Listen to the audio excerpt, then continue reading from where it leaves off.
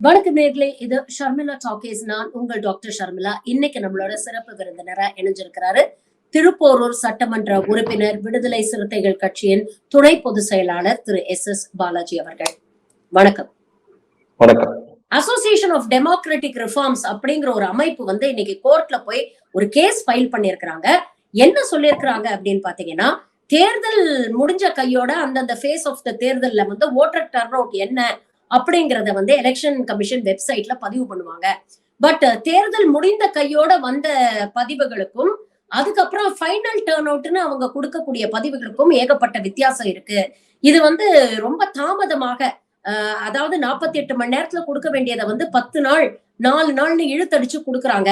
அதுவும் ஃபிகர்ஸ் பயங்கர டிஃபரன்ஸ் இருக்கு. கிட்டத்தட்ட 5 to 7% டிஃபரன்ஸ் இருக்கு அப்படிங்கிற ஒரு விஷயத்த சொல்றாங்க. அது மட்டும் இல்ல, அப்சல்யூட் நம்பர்ஸ் கொடுக்கல, வெறும் ஓட்டர் டர்ன் அவுட் பெர்சன்டேஜ்ல தான் கொடுக்குறாங்க அப்படிங்கிற குற்றச்சாட்டும் இருந்தது. இன்னைக்கு பாத்தீங்கன்னா ஒரு படி மேல போய் கிட்டத்தட்ட 4 கட்ட தேர்தல் முடிஞ்சதுக்கு அப்புறம் இவங்க கொடுத்த ஃபைனல் ஃபிகர்ஸ்க்கும் இனிஷியல் ஃபிகர்ஸ்க்கும் கிட்டத்தட்ட 1 கோடி வாக்காளர்கள் எண்ணிக்கைக்கு வித்தியாசம் இருக்கு அப்படிங்கிறாங்க. இந்த என்டையர் விஷயத்தை நீங்க எப்படி பாக்குறீங்க?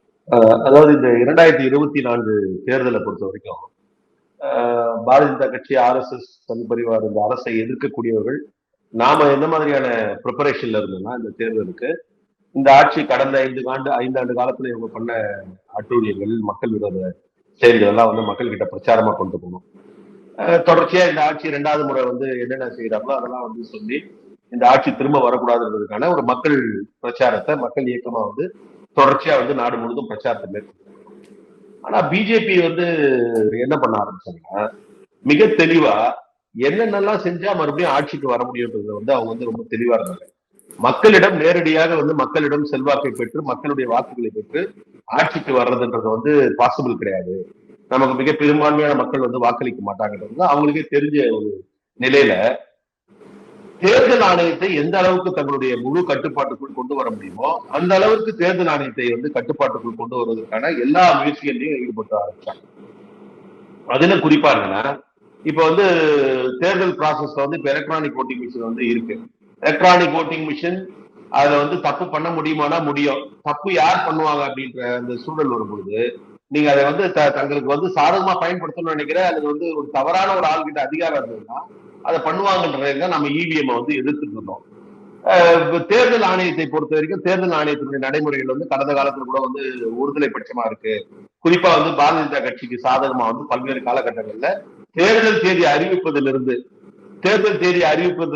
இப்ப ஏதாவது ஒரு நிகழ்ச்சி இருக்கு, பிரதமர் போறாரு, ஒரு மாநில தேர்தல் நடக்குதுன்னா அங்க போறாருன்னா அவர் அறிவிப்பு செய்யறதுக்காக வெயிட் பண்ணி அதுக்கப்புறம் தேர்தல் தேதியை அறிவிச்ச நிகழ்வுகள்லாம் நடந்துட்டே இருக்கு. இவங்க இந்த நாடாளுமன்ற தேர்தலை பொறுத்த வரைக்கும் முழு கட்டுப்பாடு தேர்தல் ஆணையத்தை கையில் எடுக்கணும்னு முடிவு பண்ணிட்டாங்க. அந்த முழு கட்டுப்பாடு எடுப்பதற்காக எந்தெந்த வகையில பண்ணணும்ன்ற நினைச்சாங்களோ அதான் செய்ய ஆரம்பிச்சாங்க. அதனுடைய ஒரு பகுதியா தான் உங்களுக்கு உச்ச நீதிமன்றம் தேர்தல் ஆணையரை நியமனம் செய்வதற்கான கமிட்டி போடும்போது 3 பேர் இருக்கணும், அதுல ஒருத்தர் சிஜே இருக்கணும் அப்படின்னு சொல்லும்போது, அவருக்கு பதில் இவங்க என்ன பண்றாங்கன்னா, அதாவது பிரதமர் அல்லது பிரதமர் நியமிக்கக்கூடிய ஒருவர், எதிர்கட்சி தலைவர், சிஜே இருந்த நிலையை மாற்றி பிரதமர் நியமிக்கக்கூடிய ஒருவர், 2 பேரு எதிர்கட்சி தலைவர். அப்ப 3ல 2 பங்கு மெஜாரிட்டி அவங்களுக்கு இருக்க மாதிரி பார்த்து ஒரு கரெக்ஷனை கொண்டு வந்தாங்க. அதற்கு பிறகு என்ன பண்ணாங்கன்னா, வாலண்டியர் ரிட்டையர்மெண்ட் கொடுக்க வச்சு அவர் இவர தேர்தல் ஆணையரா இதுக்கு முன்னாடி இருந்தார் கோயல், அவர் வாலண்டியர் ரிட்டையர்மெண்ட் கொடுக்க வச்சு இமீடியட்டா அவர் அடுத்த நாளே தேர்தல் ஆணையரா நியமிக்கிறாங்க. அப்பவே அது ஒரு பெரிய விமர்சனத்துக்கு வந்தது. அதற்கு பிறகு என்ன ஆச்சுன்னா, தலைமை தேர்தல் அதிகாரி ஒருவர், அதுக்கப்புறம் மற்ற தலைமை தேர்தல் அதிகாரிகள் 2 பேர் இருக்கக்கூடிய சூழல்ல ஒருவர் ரிட்டையர் ஆகி போறார் எலெக்ஷனுக்கு முன்னாடி. இவங்க கொண்டு வந்த இந்த கோயல என்ன காரணத்தினாலேயோ இவர்களுக்கு சரி வரலையா என்னன்னு தெரியல, என்ன நடந்ததுன்னு தெரியல, அவர் ரெசிக்னேஷன் கொடுத்துட்டு போறாரு. இப்ப ஏற்கனவே இது மாதிரி ஒரு 2 முறை ரெசிக்னேஷன் கொடுத்தாங்க. ஒருத்தர் 67 வாக்குல அவர் இன்டர்நேஷனல் கோர்ட் நீதிபதியா போனாரு. இவங்களாலதான் ஏற்கனவே ஒரு தேர்தல் ஆணையர் ரிசைன் பண்ணாரு. லாவாசான்ற தேர்தல் ஆணையர் இவர்களால ரிசைன் பண்ணாரு 2019 தேர்தலுக்கு அப்புறம். அவர் ஒரு டிசைன் நோட் வச்சாரு. அந்த டிசைன் நோட் வச்சோடனே அவருக்கு பல அச்சுறுத்தல் வந்தோடனே ரிசைன் பண்ணிட்டு போனாரு. அப்புறம் இவங்களுக்கு ஈல்டான உடனே அவர் ஐடிபி பேங்க்கு மேனேஜரா இதுவா போட்டாரு, தலைமை அதிகாரியா போட்டாரு. இப்ப இவர் கோயல் ஏன் போனாருன்னு யாருக்கும் தெரியல. கோயல் ஏன் வந்தாரு, ஏன் போனார், அவர் வந்த விதமோ சர்ச்சைக்குரிய விதம் அல்லது சந்தேகத்திற்கு இடமளிக்கக்கூடிய வகையில வராது. அவர் போன விதமும் அதே சந்தேகத்தை வந்து கிளப்புது. இப்ப ஏற்கனவே தலைமை தேர்தல் அலுவலர் இருக்காரு, இன்னொரு 2 தேர்தல் அலுவலர்கள் வந்து எலெக்ஷன் கமிஷனர்ஸ் வந்து வேணும்னு பொழுது இந்த 2 பேர் தேர்ந்தெடுக்கிறதுக்கு இந்த கமிட்டி கூடுது. எந்த கமிட்டி? பிரதமர் நியமிக்கக்கூடிய ஒருவர், எதிர்கட்சி தலைவர் போல, இவங்க 2 பேரை சேர்ந்து 2 பேரை தேர்ந்தெடுத்து போட்டாங்க. அப்போ இன்றைக்கு இருக்கக்கூடிய 3 தேர்தல் ஆணையர்கள்ல 2 தேர்தல் ஆணையர்கள் முழுக்க பிஜேபியினுடைய ஆதரவை பெற்றவர்கள். அவங்க வந்து முழுக்க அவங்க வந்து இவங்களுடைய நம்பிக்கையை பெற்றவர்கள் தான் 2 தேர்தல் ஆணையர்கள் இருக்காங்க.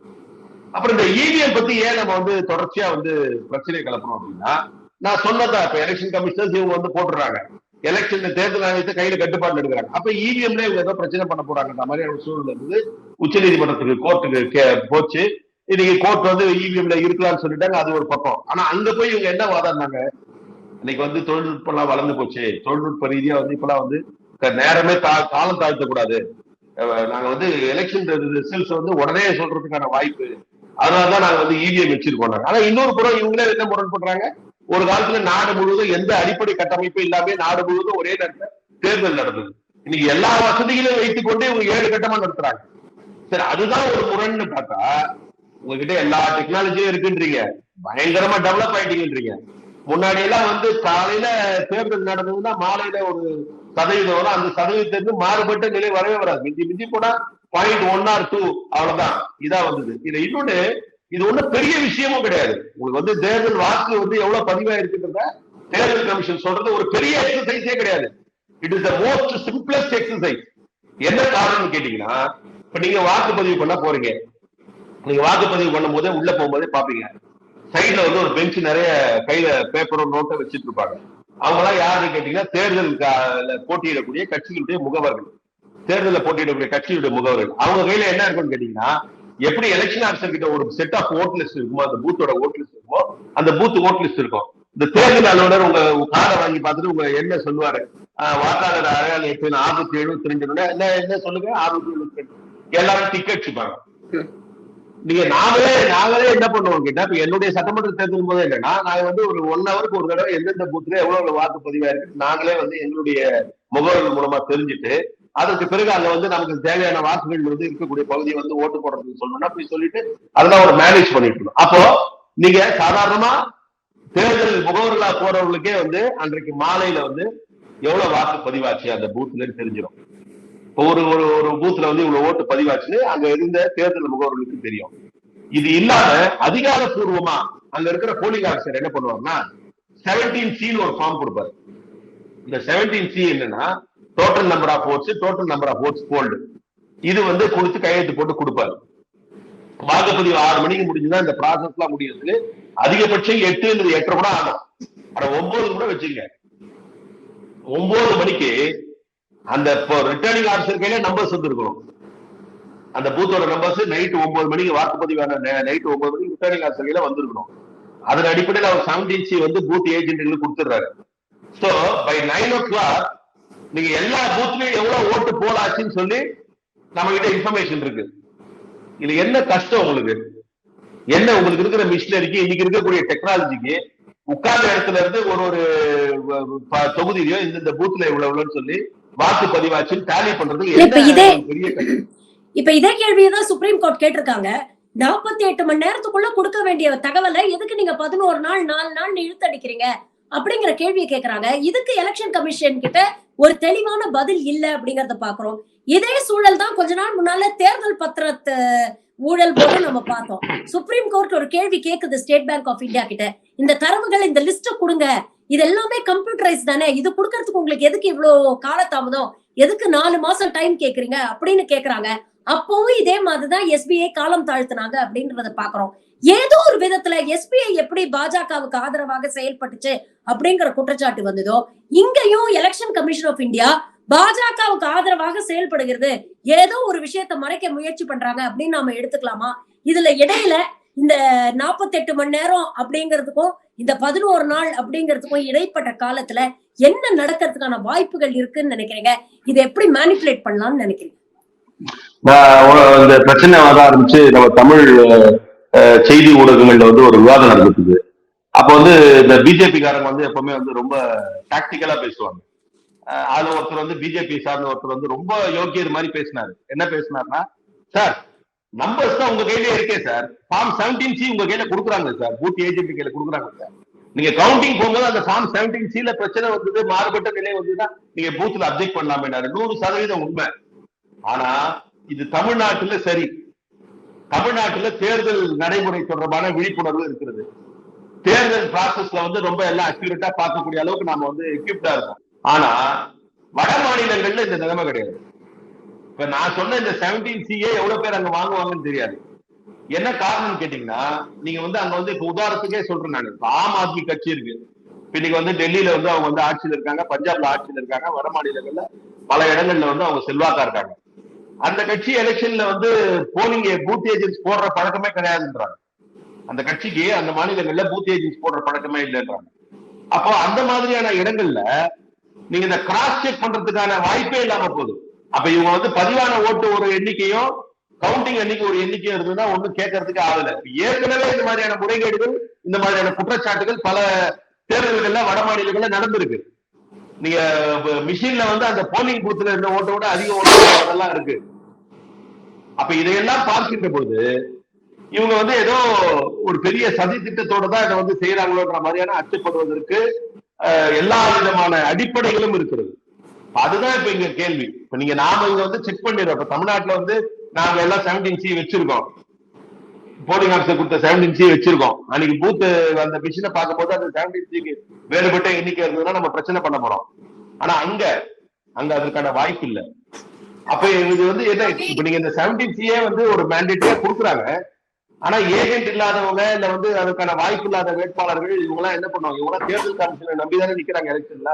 இப்ப நீங்க சொன்ன மாதிரி இந்த இவிஎம் ஃபார்ம் 17C இது குறித்த சர்ச்சை வந்து இப்ப திரும்ப கிளம்பி இருக்கு அப்படிங்கறத நம்ம பாக்குறோம். இருந்தாலும் இப்ப இவிஎம்ல வந்து நம்ம ஓட்டு போட்டுறோம், அதை சீல் பண்ணிடுறாங்க, அதை ஒரு சேஃப் ரூம்ல கொண்டு போய் வச்சிடறாங்க. அங்க வந்து 24 மணி நேரமும் கண்காணிப்பு இதெல்லாம் இருக்கு. இதெல்லாம் மீறி இவிஎம் மேனிபுலேட் பண்ண முடியுமா? நேரடியா ஏதாவது பண்ணுவாங்கன்னு நினைக்கிறீங்களா, இல்ல ஆன்லைன் மேனிபுலேஷனுக்கு ஏதாவது வாய்ப்புகள் இருக்குன்னு நினைக்கிறீங்களா? இல்ல அதான் என்னென்ன பண்ண முடியும்ன்றதுக்கான வாய்ப்புகள் என்னென்ன இருக்குன்னு நம்ம டிஸ்கஸ் பண்ணிருக்காங்க, அறிஞர்கள் சொல்லியிருக்காங்க. நீங்க வந்து இப்ப இந்த பிளேசிங் ஆஃப் தி மிஷின்ஸ்லயே வந்து டவுட் கலப்புறாங்க. நீங்க வந்து விவிபேட் வந்து ரெண்டுத்துக்கும் நடுவுல இருக்கு. நீங்க வந்து ஓட்டு போடுற எந்திரத்துக்கும் ஓட்டு பதிவு செய்யற எந்திரத்துக்கும் நடுவுல இருக்கு விவிபேட். அப்ப விவிபேட்ல இருந்து என்ன சிக்னல் போதோ அதுதான் வந்து உங்களுக்கு வந்து கண்ட்ரோல் யூனிட்டுக்கு போகுது. நீங்க வந்து அந்த கவுண்டிங் பண்ற யூனிட்டுக்கு என்ன சிக்னல் போகுது அப்படின்னா விவிபேட்ல இருக்க சிக்னல் தான் போகுது. நீங்க ஓட்டு போடுற மிஷின்ல இருக்க போல. இது ரொம்ப ரொம்ப முக்கியமானது. சோ நீங்க ஓட்டு போடுற மிஷின் சரி, ரைட், ஓகே, பக்கா நான் போடுறேன். அதுக்கப்புறம் அது விவிபேட்டுக்கு போகுது. விவிபேட்ல அது ஏதாவது டிரான்ஸ்ஃபார்ம் ஆகி போச்சுன்னா அந்த டிரான்ஸ்ஃபார்மேஷன் தான் வந்து உங்களுக்கு வந்து கண்ட்ரோல் யூனிட்டுக்கு போகுது. இதுதான் குற்றச்சாட்டு யூபில 4ஆம் கட்ட தேர்தல்ல வந்தது. பல போலிங் பூத்ல அங்க இருக்கக்கூடிய ஓட்டர்ஸ் வந்து சொல்றாங்க, நாங்க வந்து சமாஜ்வாதி பார்ட்டிக்கு போட்டோம், ஆனா விவிபேட்ல வந்து பாஜகவுக்கு போகுது அப்படிங்கிற ஒரு குற்றச்சாட்டையும் வச்சாங்க. நீங்க விவிபேட் ஸ்லிப் கூட வந்து நீங்க சமாஜ்வாடிக்கு வர மாதிரி சைக்கிள் சின்னம் வந்து போறது வந்து தாமரைக்கு பண்ண முடியும்னு அறிஞர்கள் சொல்றாங்க, அதாவது சாஃப்ட்வேர் சம்பந்தப்பட்டவங்க. அதனாலதான் திமுக ஒரு பெட்டிஷன் கொடுத்திருந்தாங்க. அவங்க கேட்ட கோரிக்கையில இது ஒண்ணு, விவிபேட்டை வந்து கடைசியா வைக்கணும், தேர்ட் பொசிஷனிங் பண்ணணும்னாங்க. சோ இப்ப இதெல்லாம் இருக்கு. இன்னொன்னு வந்து நான் சொன்னது மாதிரி ஓட்டு போடுற யூனிட் கண்ட்ரோல் யூனிட் பேர் பண்ண யூனிட்ஸ் கிடையாது. அதோட அர்த்தம் என்னன்னா, எந்த பூத்துல இருக்க கண்ட்ரோல் பேலட் யூனிட் வேணா எந்த பூத்துல இருக்க கண்ட்ரோல் யூனிட்டோட வேணா இணைக்கலாம். இன்னும் சிம்பிளா சொன்னா, ஒரே ஒரு பேலட் யூனிட்டை it can be connected to any number of control units. நீங்க ஒரு 10 கண்ட்ரோல் யூனிட்ல கை வைக்கணும்னு நினைச்சீங்கன்னா 10 பேலட் யூனிட் தேவையில்லை, ஒரு பேலட் யூனிட் போதும். ஒண்ணு இது எல்லாம் இருக்கு. இதெல்லாம் தாண்டி நடைமுறை பிரச்சனைகளும் இருக்கு. நடைமுறையில கவுண்டிங் போதே நீங்க என்ன வேணா பண்ணலாம். கவுண்டிங் போது நீங்க வந்து அந்த இது தூக்கி இப்படி காட்டுறாங்க, அந்த மிஷின் தூக்கி இப்படி காட்டுறாங்க, அந்த இது இப்படி காட்டுவாங்க ஏஜென்சி கிட்ட 670 அப்படின்றாங்க, இல்ல வந்து 870 அப்படின்றாங்கன்னு வச்சுங்க.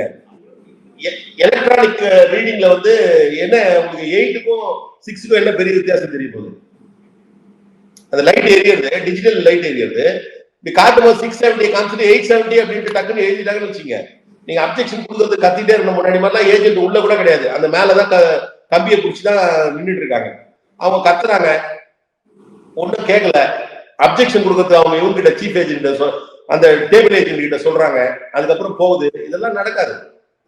அப்போ இந்த மாதிரி மேனிபுலேஷன்ஸும் வந்து இவங்க வந்து எலெக்ஷன் கமிஷனுடைய சப்போர்ட்ல வந்து இந்த மாதிரியும் பண்றதுக்கான வாய்ப்புகள் எல்லாம் இருக்கு. இதெல்லாம் நடந்திருக்கு.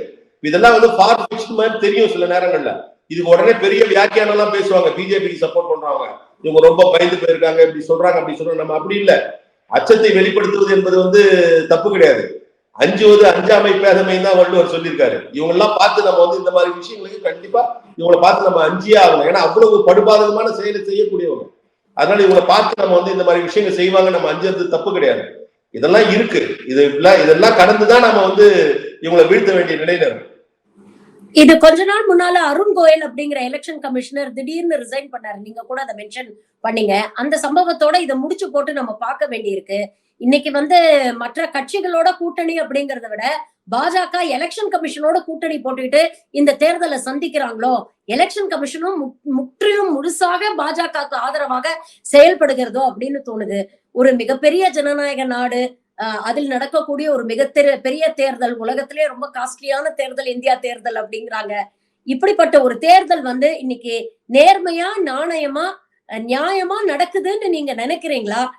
எதிர்கட்சிகள் என்னதான் முயற்சி பண்ணாலும் இந்த மாதிரி எலெக்ஷன் கமிஷனை கைக்குள்ள போட்டுக்கிட்டு இவங்க எளிதில் ஜெயிச்சிருவாங்க அப்படிங்கிற ஒரு விமர்சனங்கள் வந்து பொதுமக்களிடையே வருது. இது வந்து ஒரு எதிர்மறையான ஒரு விளைவை ஏற்படுத்தாதா?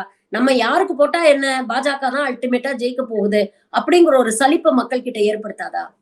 இல்ல, இதுல 2-3 செய்திகள் இருக்கு. ஒண்ணு என்னன்னா, நீங்க சொன்னது மாதிரி இப்ப அருண் கோயில் வந்து அவர் விலகி போனது மட்டும் சந்தேகத்திற்கு இடமானது, சர்ச்சைக்குரியது இல்ல. அவர் உள்ள வந்ததே சர்ச்சைக்குரியதுதான் ஒண்ணு. ரெண்டாவது, நான் சொன்னது மாதிரி ஏற்கனவே இன்னொரு எலெக்ஷன் கமிஷனர் போயிருக்காரு, என்னன்னு சொல்லாம அவரும் இவங்களால தான் போயிருக்காரு. ரைட்டு. எலெக்ஷன் கமிஷனுக்கு எதிராக வழக்கு இவிஎம் தொடர்பா உச்ச நீதிமன்றத்துக்கு தீர்ப்பு வருது. எலெக்ஷன் கமிஷன் சொல்லலாம் உச்ச நீதிமன்றங்களுக்கு நல்ல சர்டிபிகேட் கொடுத்துருக்கு, இவங்க குதிக்கிறாங்க. இவங்களுக்கு ஏதோ பர்சனலா ஒரு தீர்ப்பு வந்த மாதிரி குதிச்சாங்க. நம்ம அந்த விவிபேட் ஸ்லிப் எல்லாம் என்னன்னு நம்ம போட்ட வழக்குல தேவையில்லை அப்படின்னு சொன்னதுக்கு பிஜேபி வந்து ரொம்ப சந்தோஷமா வந்து அதுக்கு வந்து ரியாக்ட் பண்ணாங்க. அப்ப என்ன இவங்க 2 பேருக்குள்ள இருக்கிற தொடர்பு என்னன்றது புரிஞ்சுக்கலாம். இப்ப அடுத்தது நீங்க என்ன கேட்டீங்க, இந்த மாதிரிலாம் சந்தேகத்தெல்லாம் எழுப்புறீங்க, அப்ப அவங்க தான் என்ன பண்ணுவாங்கன்னா அப்ப இதை வச்சு அவங்க வெற்றி பெற்றுவாங்க. அங்கதான் வந்து நான் ஒரு முக்கியமான விஷயத்த டச் பண்ணோம். நீங்க மேனிபுலேஷன்ஸ் வந்து நீங்க வந்து ஒரு பூத், ஒரு எம்பி எலெக்ஷன்னா வந்து 1500 பூத்ஸ் இருக்கு. இந்த 1500 பூத்ல 1500 மேனிபுலேட் பண்ணணும்னு தேவை கிடையாது. நீங்க வந்து ஒரு சட்டமன்ற தொகுதி 6 சட்டமன்ற தொகுதி, ஒரு சட்டமன்ற தொகுதிக்கு ஒரு 10 பாக்ஸ், மொத்தம் 1500 பாக்ஸ்ல வந்து நீங்க வந்து ஒரு 20 ஒரு சட்டமன்றத்துக்கு வந்து ஒரு 10னா 6 60 ஒரு 100 பாக்ஸ் வச்சுங்க. 1500 ஒரு 100 பொட்டி, 100 பொட்டியில கை வச்சீங்கன்னா 100 × 1000 1 லட்சம் ஓட்டு. அப்ப இந்த 1 லட்சம் ஓட்டுல வந்து நீங்க ஒரு பர்டிகுலர் டைரக்ஷன்ல ஒரு 25,000 ஓட்டு திருப்பினீங்கன்னா ரிசல்ட் வந்து மாறும். இது எங்க வந்து இது ரொம்ப இந்த மாதிரியான திருட்டுத்தனம், இந்த மாதிரியான மால் பிராக்டிசஸ் எல்லாம் வந்து எடுபடும் அப்படின்னு கேட்டீங்கன்னா, டஃபா போற கான்ஸ்டிடியூன்சிஸ்ல இது ரிசல்ட்டை மாத்திரும். பட் வேற மக்கள் ஓவர்வெல்மிங்கா ஒன் சைடு அடிச்சு போடுறாங்கன்னு வச்சுங்க, நீங்க கரெக்ட் பண்ற இந்த 100 பூத்துல வந்து நீங்க கரெக்ட் பண்ணா கூட 1400 பூத்துல வந்து உங்களுக்கு அதிகமான வாக்குகள் வரும்போது இது மறைஞ்சு போயிடும். அப்படிதான் வந்து உங்களுக்கு வந்து இப்ப இது வந்து ரொம்ப, நான் சொல்றது ரொம்ப ரொம்ப முக்கியமான ஒரு செய்தியா நான் பாக்குறேன்.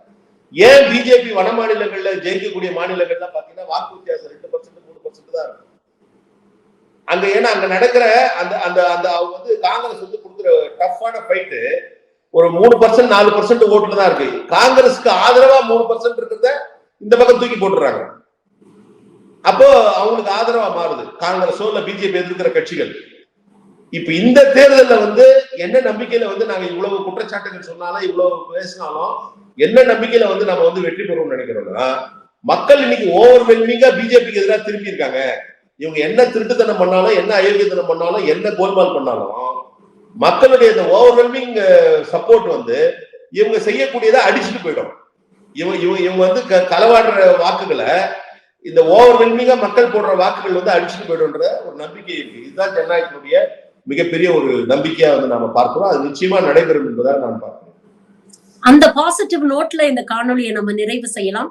இணைந்தமைக்கு நன்றி. பல கருத்துக்களை வந்து நீங்க பகிர்ந்திருக்கீங்க. Thank you very much for joining. நன்றி.